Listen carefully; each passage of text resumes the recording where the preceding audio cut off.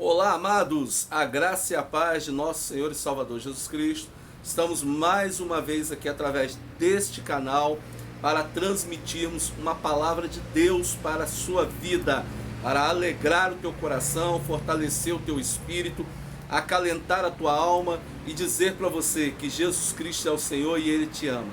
Então, antes da gente começar a ministrar a palavra, eu gostaria de convidar a você ir lá no nosso canal, Pastor Fabiano Costa Gladiador, inscrever-se no nosso canal, ativar o sininho para que você possa continuar recebendo as mensagens assim que tiver um vídeo novo, tá? E assistir o vídeo para que gere ali visualização, curta o vídeo para que o YouTube nos ajude a manter o canal no ar. O YouTube não costuma vincular e nem dar visualização a canal que tem menos de 1000 pessoas. E a gente começou esse canal há pouco tempo justamente para transmitir a mensagem à nossa igreja devido à situação de isolamento social, de lockdown em algumas cidades do Brasil. Então a nossa igreja assiste os nossos cultos através desse canal, que a gente grava, depois coloca o link lá no grupo da igreja. E muitos outros amigos ao redor do Brasil, em todos os outros lugares, que também assistem os nossos vídeos. A gente envia para uma linha de transmissão e outros vão lá automaticamente no nosso canal. Então nos ajude a compartilhar a palavra de Deus, nos ajude a manter esse canal em funcionamento. Amém? Pega a tua Bíblia, a palavra do Senhor, e vamos olhar mais uma vez e ouvir mais uma vez o que Deus tem para nós nesse dia. Abra no livro do profeta Jonas. Livro do profeta Jonas, fica no Velho Testamento, no capítulo 1, do verso 1 ao verso 3. Jonas, livro do profeta Jonas, do capítulo 1, do versículo 1 ao versículo 3. E no final dessa mensagem vou estar orando pela tua vida, pela tua casa e pela tua família também. Amém? Então diz assim a palavra do Senhor. Palavra, tem que estar sempre com ela na mão. Essa é a espada da verdade. Diz assim a palavra do Senhor. E veio a palavra do Senhor a Jonas, filho de Amitai, dizendo: levanta-te e vai à grande cidade de Nínive e clama contra ela, porque a sua malícia subiu até a minha presença. Porém, Jonas se levantou para fugir da presença do Senhor, para Tarsis, e descendo a Jope, achou um navio que ia para Tarsis. Pagou, pois, a sua passagem e desceu para dentro dele, para ir com eles para Tarsis, para longe da presença do Senhor. Oh, queridos, essa é uma história simplesmente fascinante, sensacional, tá? Escrita por um homem, né? Vivida por um homem que comete uma loucura diante do Senhor, que é fugir de Deus. Eu quero dizer para você que por mais que a gente tente se esconder do Senhor, por mais que a gente tente fugir do Senhor, a gente jamais vai conseguir fazer isso. É impossível fugir do Senhor, tá? Por mais que você queira entrar numa caverna, no mais profundo de um abismo, se trancar dentro de um quarto escuro, jogar a chave fora, achando que ali você vai estar em segredo, em secreto, não vai estar, porque ali também o Senhor está. Por quê? Porque Deus, ele é onipresente, onipotente, tá? E onisciente. Onipresente porque o Senhor está em todos os lugares ao mesmo tempo. Onipotente porque o Senhor, ele é poderoso. Ele governa céus e terra, tudo está no teu controle. E onisciente porque antes mesmo de você pensar o que você vai fazer, o Senhor já sabe. Antes mesmo de você tentar executar, o Senhor já sabe. O Senhor sabe o que você vai pensar e o que você vai fazer. E o Senhor sabe que se o que você pensou e o que você vai fazer vai ir à frente ou não. Então, Deus, ele é perfeito, Deus, ele é tremendo. Não há nenhuma possibilidade de fugirmos, tá, da presença do nosso Deus. Mas Jonas resolveu fugir da presença do Senhor. O texto diz que o Senhor pediu a Jonas para ir à cidade de Nínive e avisar aquele povo que o pecado daquela gente, tá, a maldade que aquele povo produzia, incomodou o Senhor ao ponto do Senhor destruir aquele povo, do Senhor matar a todos. Mas como o Senhor é amor e Ele é um Deus misericordioso, o Senhor costuma nos dar oportunidades de reconhecer o nosso erro e o nosso pecado. Deus pega um profeta, pega o Jonas e diz para ele, olha, vai a Nínive e avisa para aquele povo que eu vou destruí-los, tá? Que eles precisam se arrepender. Pastor, e o que aquele povo fazia na vida de tão ruim que Deus resolveu destruí-lo? Queridos, há algumas coisas que o Senhor vai relevando até determinado tempo, para dar um tempo para a pessoa pensar, reconhecer da onde ele caiu, aonde que está errado, tá? Então, você desculpa do barulho, eu estou gravando na varanda de casa, porque lá dentro está todo mundo estudando, os filhos estão estudando online, a minha esposa está fazendo curso online, então eu vim para cá para poder não atrapalhar, tá? Aqui em casa tem bastante gente, né? Então cada um está num cantinho aqui da casa estudando. Então vamos lá. Então se você ouvir algum barulho, não esquenta não, porque eu estou próximo da rua aqui, então pode acontecer de ter algum barulho. Então, queridos, veja bem. Então Deus, ele vai tolerando até um determinado momento o pecado do homem. E ele não negocia isso. Ele tolera até um determinado momento. A palavra de Deus diz em Lamentações de Jeremias, no capítulo 3, verso 20, que por causa das misericórdias do Senhor que nós não somos consumidos. Então a graça e a misericórdia do Senhor nos protege da destruição, do juízo. Porque o Senhor é amor, ele não quer destruir ninguém, ele quer que todos se salvem. Não é? João capítulo 3, versos 16 e 17, vai falar exatamente isso. Porque Deus amou o mundo de tal maneira, tá? Essa palavra você não vai conseguir dimensionar nem compreender, porque é muito grande o amor de Deus. Por isso que a palavra é tal, você não vai conseguir nem conjugá-la, não é? Então o Senhor amou o mundo de tal maneira que deu o seu único filho, unigênito, único filho, para que morresse por nós e para que todos aqueles que nele crescem fossem salvos. O versículo 17 vai dizer que ele não veio para condenar o mundo, mas o Senhor veio para salvar o mundo. Então, entenda que Deus não quer o mal de ninguém, antes ele quer que as pessoas sejam salvas através do amor dele. Mas as pessoas insistem em viver no pecado, e por insistir em viver no pecado, é que vem o juízo de Deus sobre as pessoas. E era justamente o que acontecia com esse povo, os ninivitas, que moravam em Nínive. Então o que esse povo fazia de tão ruim?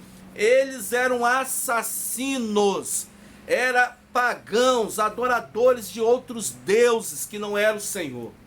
E eles matavam as pessoas, inocentes ou não, eles matavam as pessoas, queimavam os seus corpos e cortavam as suas cabeças e enfincavam nas lanças e penduravam pelas estradas as cabeças nas lanças, para mostrar para todos aqueles que passassem o poderio que eles tinham, a forma de dominar outros povos. Então Deus abominava isso daí.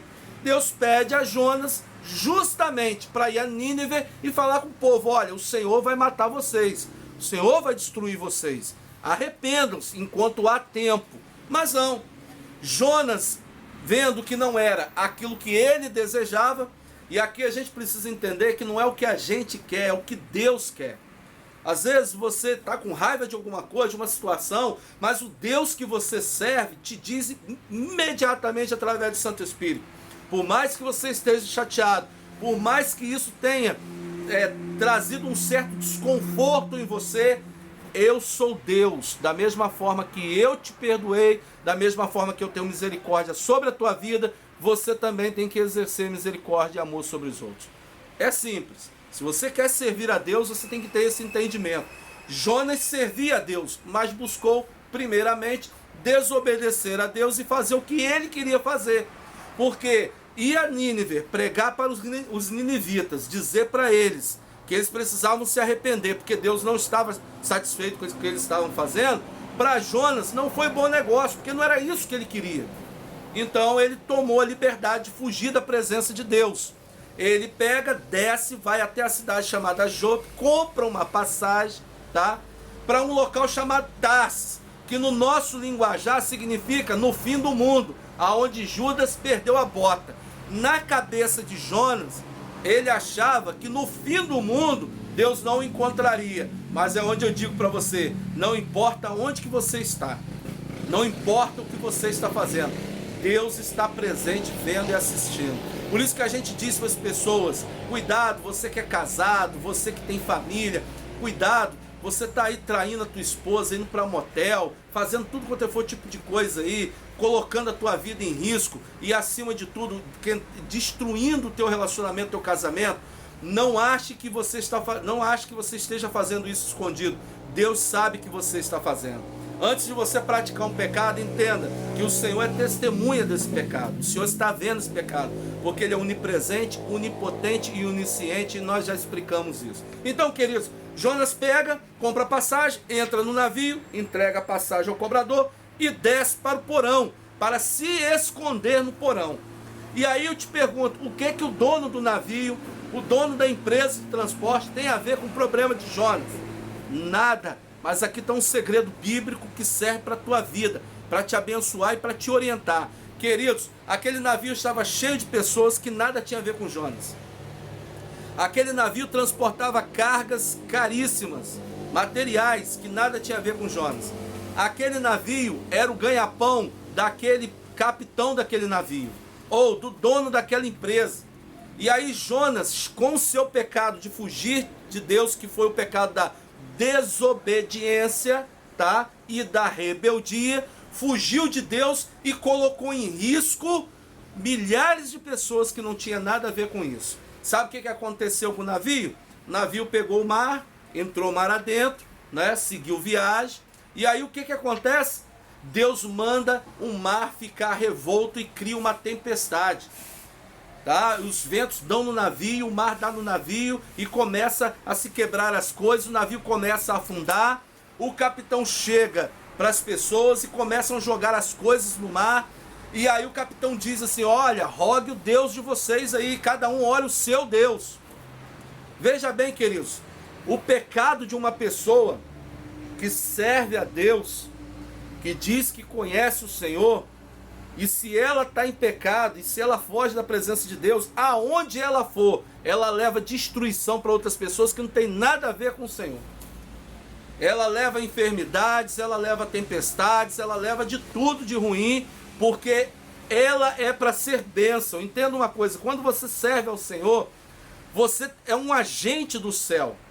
Você é feitura do Senhor, salvo por Ele para ser um agente do céu. Então, aonde você plantar as plantas dos seus pés, tem que ser lugar santo, tem que trazer a presença de Deus. Você não pode ser o problema quando você serve a Deus, você é a solução para o problema. Você está me entendendo? Quando você serve a Deus, você é a solução do problema para aquela gente. Se Jonas tivesse pego o navio para ir para Nínive, Jonas seria bênção para aquela gente e não maldição. E Jonas se tornou maldição. E o detalhe, ele foi covarde, ele foi para o fundo do navio, para o porão, se escondeu. E aí ficou lá, o pau quebrando cá em cima, todo mundo a ponto de morrer e ele dormindo. E aí descem lá, chamam ele e dizem, ó preguiçoso, você não está vendo as coisas que estão acontecendo? E você está aí? Roga aí o seu Deus aí para poder a gente não morrer. E aí Jonas vai e revela que o problema, todos que estavam acontecendo, era por causa dele, por causa do pecado dele. E aí o pessoal ficou revoltado e Jonas falou, olha, me jogue no mar, porque você me jogando no mar vai resolver o problema de vocês. Então aqueles marinheiros pegaram Jonas, jogaram Jonas ao mar, e você conhece a história de Jonas. Ele foi engolido por um grande peixe, tá? E aí você vai ver a saga de Jonas, Jonas sendo punido e ao mesmo tempo sendo levado à consciência de que aquilo que Deus te pediu para fazer, você não pode fugir, você tem que fazer. Porque senão as consequências serão gravíssimas. Queridos, Jonas, ele, por mais que tenha sido no Velho Testamento, por mais que tenha sido lá atrás, tá? O que aconteceu, Jonas, ele simboliza muito o nosso tempo, o que está acontecendo hoje. Nós temos vivido momentos difíceis, momentos ao qual muitos deveriam estar clamando ao Senhor, orando ao Senhor, mas muitos estão fugindo da responsabilidade e atribuindo responsabilidades a governantes, atribuindo responsabilidades a situações, atribuindo responsabilidades, inclusive até mesmo a pandemia que está acontecendo. Mas não, a responsabilidade de tudo isso que está acontecendo é sim da igreja, é sim daqueles que professam que Jesus Cristo é o Senhor. Jonas era a solução de Nínive, mas ele resolveu fugir porque não interessava a ele ajudar o povo de Nínive. Então tem muita gente hoje aí que não tem interesse nenhum de se curvar diante do Senhor, de orar pela situação que está acontecendo, de servir a Deus com destreza, com maestria, com vontade. Então foge da presença do Senhor, dizendo para si próprio, tipo assim, eu não tenho nada com isso, né? Tá matando o ímpio, tá acontecendo isso. Não, queridos, a responsabilidade é de todos nós, não é só dos governantes. A responsabilidade é de todos nós que professamos que Jesus Cristo é o Senhor, e será de nós que tudo isso será cobrado. Então, queridos, quando Jonas resolve, quando Jonas aprende que ele estava errado, Jonas vai a Nínive, o peixe vomita Jonas justamente em Nínive.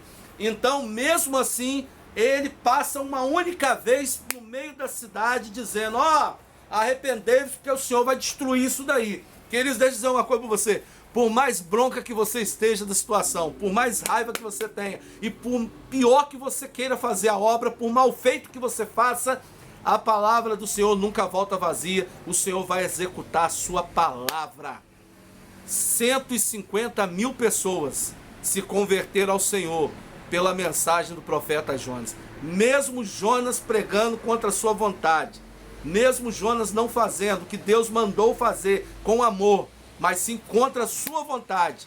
E pior, ele sentou no alto de um monte, debaixo de uma boboreira, e ficou lá olhando para ver o que acontecia.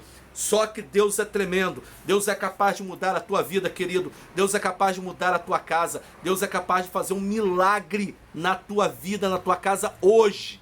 Creia nisso. Creia nisso. Jonas queria pagar para ver se realmente Deus ia operar um milagre ou não. Mas Deus operou. 150 mil pessoas se curvaram diante do Senhor. Deixa eu dizer uma coisa para você. Deixar uma coisa bem clara para você, para a gente terminar.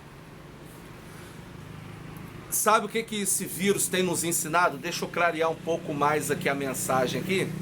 Pronto. Sabe por que esse vírus está dominando a nossa nação, a nação brasileira? Porque os crentes pararam de orar.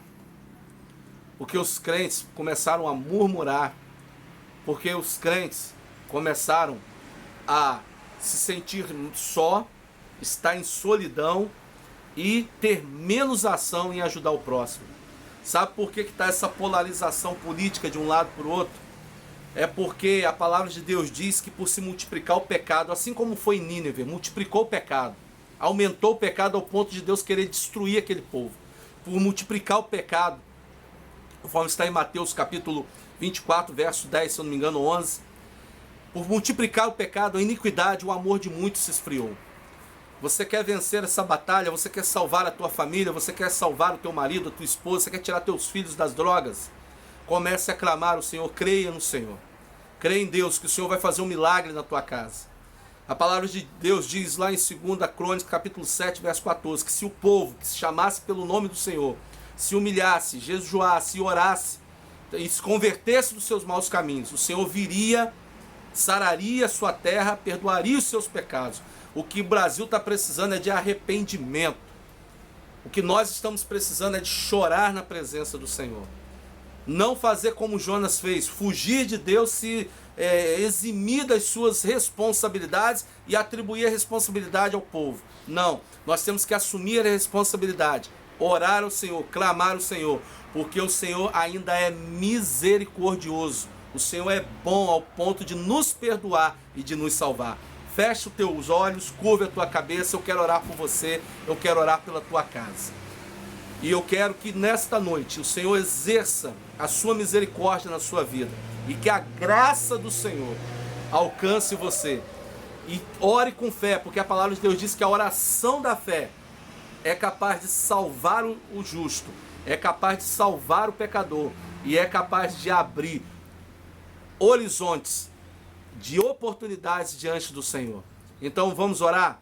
Pai de amor, muito obrigado, ó Deus, por este dia, por esta tarde, esse início de noite. Que só possa estar abençoando todos que estão nos ouvindo.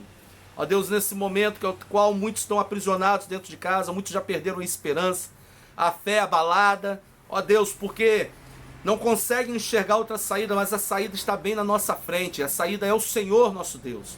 Tu és tremendo, Tu és maravilhoso, Tu és misericordioso. Eu peço nesta tarde, Senhor, nesse final de tarde, que o Senhor possa adentrar os lares, invadir os lares. Ó Deus, se há falta de alimento, que o Senhor possa, ó Deus, manifestar a tua graça e a tua misericórdia. Ó Deus, que o manifestar da tua presença traga alimento à mesa daqueles que necessitam.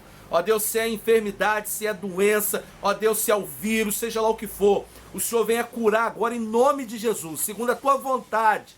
Eu uno a minha fé, a minha oração, a fé e a oração dos meus irmãos. E creio que o Senhor vai passar agora com provisão e providência. O Senhor vai curar os enfermos, o Senhor vai levantá-los das camas, o Senhor vai colocá-los de pé, vai fortalecer os joelhos cansados, vai, ó Deus, acender a chama da esperança no coração. E o Senhor vai dar provisão, Senhor, porque Tu és um Deus de provisão. Ó Deus, em nome de Jesus, eu te peço nesta noite que o Senhor possa estar visitando o Teu povo, que o Senhor possa estar operando o milagre, para que todos saibam que o Senhor é Deus e foi o Senhor que fez isso. É em nome de Jesus. Queridos, Deus te abençoe, eu vou ficando por aqui, já início de noite, tá? Que Deus possa abençoar a tua vida, que Deus possa abençoar a tua casa. Receba essa oração em nome de Jesus.